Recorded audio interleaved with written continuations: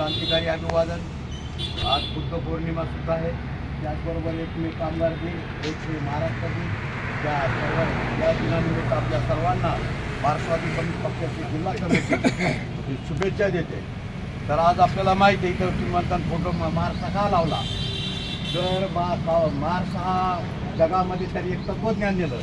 1848ला त्यांनी कम्युनिस्ट जाहीरनामा दिला। त्या कम्युनिस्ट जाहीरनाम्यामध्ये सांगितलं जगातील कामगारांनो एक व्हा।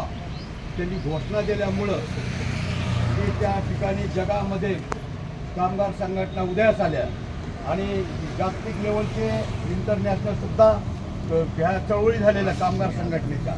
खरं म्हणजे पूर्वी 18-18, 19-20 तास काम करून घ्यायचे मालक लोक, परंतु आपल्या भारतामध्ये सुद्धा मी अनुभवलेले माझ्या गावामध्ये ज्यावेळेस चळवळ नव्हती आपली गावामध्ये जमीनदार काय करायचा की आपल्या गावातल्या तालगाड्याला सकाळी पहाटे 4ला न्यायचा कामाला आणि संध्याकाळी सोडून द्यायचा।